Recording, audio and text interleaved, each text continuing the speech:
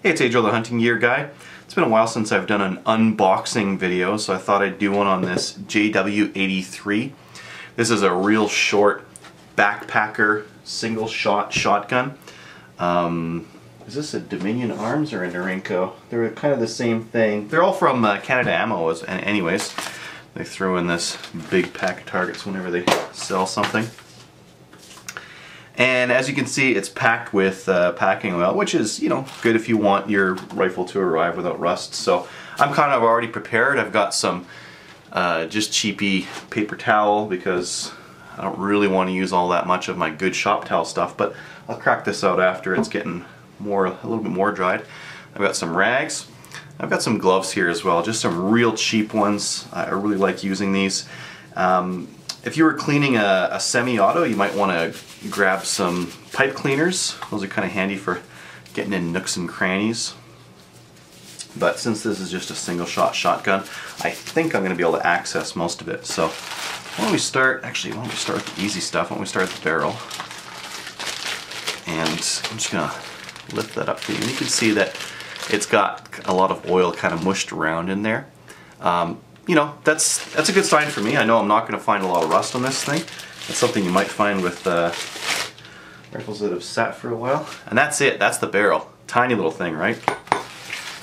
Alright, let's grab some paper towels. So I'm already getting oil on this. I'm actually just going to rip a couple of those off here. Just going to kind of comment as I go along. So we've got a very tiny barrel. Pretty roughly finished. Not that I was expecting anything else. Let's see. Smooth bore, cylinder. This post was supposed to be staked in poorly, but it looks like... yeah, not bad. Okay, so I just looked down the barrel and there's it seems to be mashed in there pretty good. But who knows, you know, it might just come flying off when I hit the range with it. I'm not going to be too torn up if it does. This is more of a toy, right? Like this isn't really a shotgun to go goose hunting with or anything like that. I was kind of thinking that you know, it might be cool to take if I'm bow hunting deer, because where I go bow hunting deer, there are bear. So having this guy, you know, folded up in a backpack with a slug kind of available might not be a bad idea. Okay, that's close enough. I'm just going to chuck this barrel off to the side. You can see just from the barrel that I'm getting quite a bit of oil off of it. Next I'm going to do the fore end. Some people have said that the fore end falls off under heavy firing, which you're going to get some recoil with something like this. So I'm going to take a look into that and just kind of see how tight that lockup is. Oh, I see. It's one of these pull down deals. Let me just bring you a little bit closer. And that's just actuating this guy down in here. Oh, let's see. Sorry, everything's kind of reversed on my camera.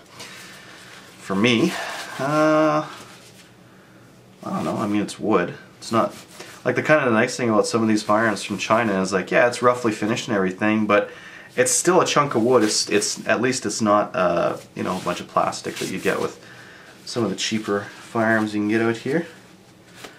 Yeah, it's pretty rough. That's maybe it was test fired. Ooh, that would be kind of cool. A lot of rifles these days, it seems like they don't test fire them anymore. And what ends up happening is that you end up being the test firer. Okay, come on out of there. Which end is going to be the open end towards the butts?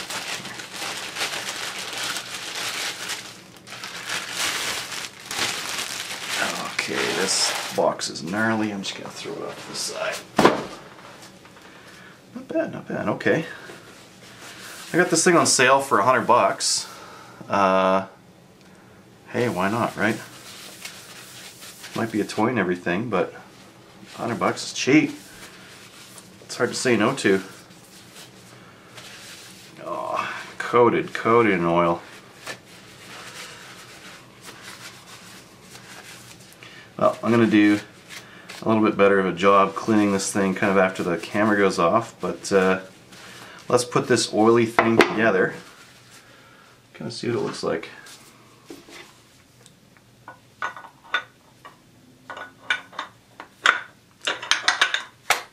Okay, and now the fore end. Cool! Look how short that thing is. Oh, you know what? I gotta bump the exposure on this thing. It's a little bit too dark on the camera, but I'll do that for the actual review video. This one I just wanted to kind of show it. Okay. It's quite loose and rattly, but it's got a nice firm lockup. I wonder if there's a half cock. No, there's no half cock, just full or nothing. Dang, I got a safety here. There's a cross bolt safety on the bottom. Seems to work. Cool. Okay, well, I just want to do a real quick unboxing video. I'll have the actual test video of this thing up shortly, and we'll see you then. Thanks.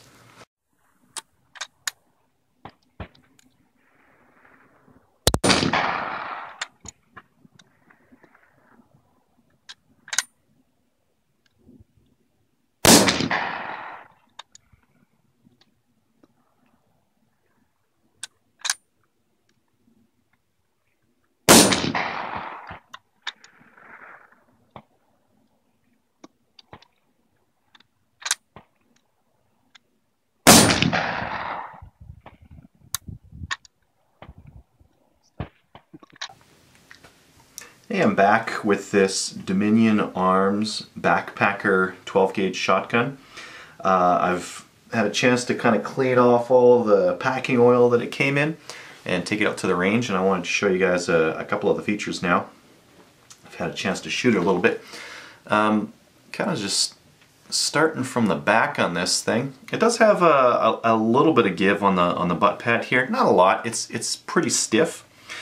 There are some, and it can be difficult to see, but there are actually, come on focus, there's some cuts in there, and just within those cuts on the butt pad here, that's where you'll find those screws that'll be keeping this butt pad on the shotgun. Moving a little bit forward, you can see here that we've got this lever on the side, and then we've got a trigger. Now this lever here, that's to open up the action. And it's pretty loose and rattly. It wasn't this rattly when I first got it, but after shooting it a little bit, it started rattling just a bit. And now it's got just a little bit of side to side on it. This lever up here is a little bit loose, but that's okay. So again, a little bit loose, but let's just keep in mind the price point that this shotgun's at. Right around $100. Not really much to complain about. I mean, yeah, it'd be great if all the fit and finish were perfect, but you're not going to get it on a $100 shotgun. Not anything that's kind of cool like this. I mean, I wouldn't put this, you know, in a bag when if I was going to go out duck hunting or anything like that. But for grouse, for close in, or what I'm going to use this for is just kind of strapping to my back and taking when I go bow hunting, because where I go there can be bear. You know, not a bad idea. It's $100, it's cheap. I'm not going to mind, you know, ratcheting this thing or hitting it against trees or anything like that. So it's kind of interesting from that standpoint. In terms of safeties for this thing, you see this kind of bar in here? That's called a transfer bar. What that is basically if you pull the trigger and you let go of the trigger, that transfer bar is going to go down, and it needs to be there to transfer the power from the hammer to the firing pin. So if that bar isn't up, it won't hit the firing pin. And you can kind of see that a little bit better. Oh, this is a little bit awkward. Let me just pull it right apart first so I can really show you. I'll show you how to take it apart. First thing is this fore end. This fore end actually loosened up on me after shooting it a while, and it loosened up right here between this metal and this wood. And this might be why some people have been mentioning that they've had the fore end shoot loose on this thing, and that's because If this wood part starts walking away from the metal just a little bit, keeping in mind this fit is pretty, not really precise, but it's somewhat precise, you will start to get it loosening up. And what that is these screws have a little bit of wiggle room in this wood channel here. So what I had to do is actually kind of just hit it with a rubber mallet to get it tighter, and then I tightened down these screws. The other thing I did, and this is just temporary, but hey, why not, just to try it out, I just stuck a little piece of foam tape here on the fore end just to keep it tight and not rattle.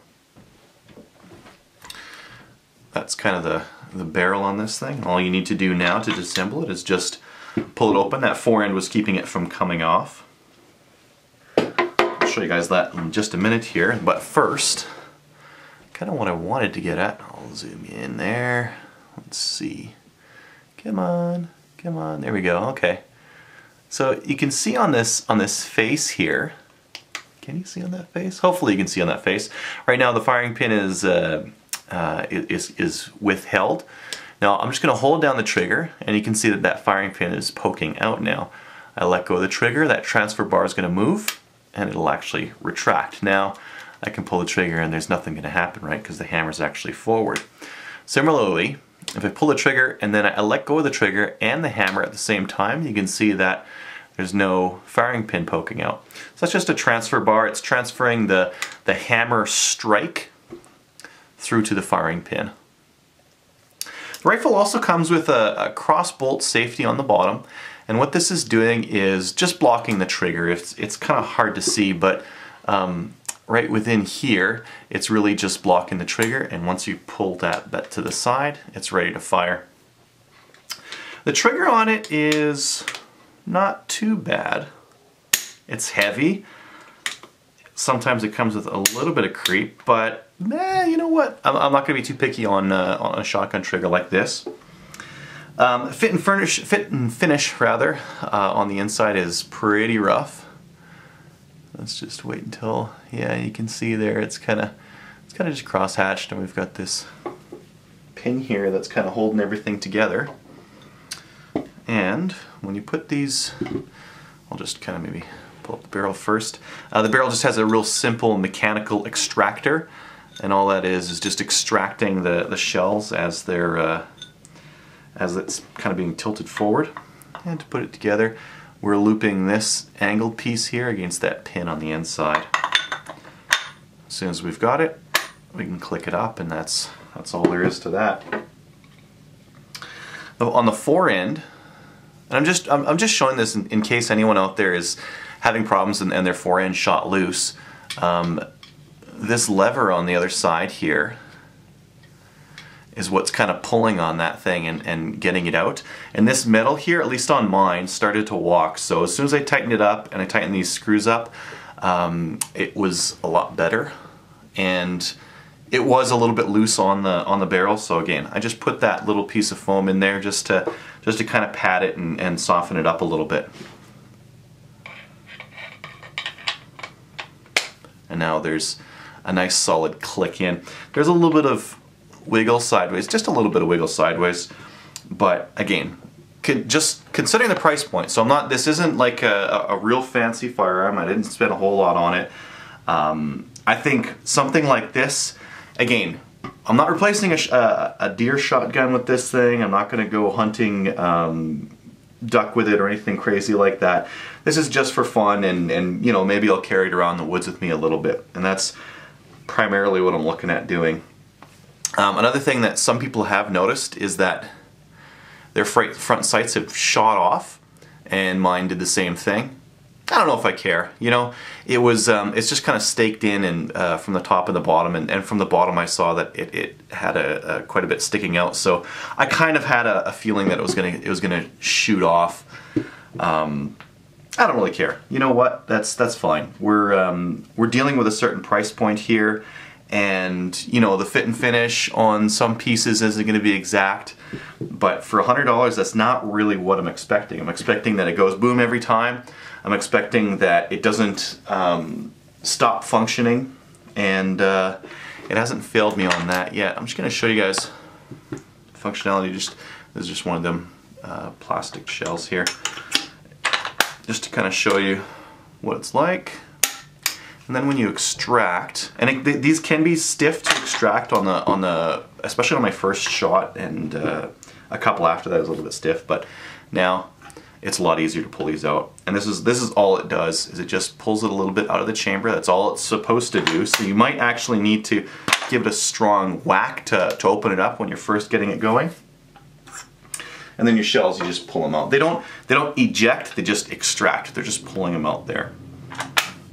So I just want to do a real quick video on this thing. I'm probably going to throw some sling studs on the front and the back, because I think this thing is best on the back, as, you know, bow hunting or out looking for grouse or rabbits or something like that. Really close in, because it's just an open cylinder, no choke at all on this barrel. And just sighting down it, I don't know if I'm going to get all that much accuracy, because it's a really short sight radius.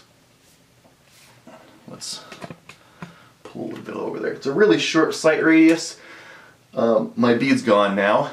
Not that I really needed it. There is a little groove right here, but that's probably not what I'm going to use either.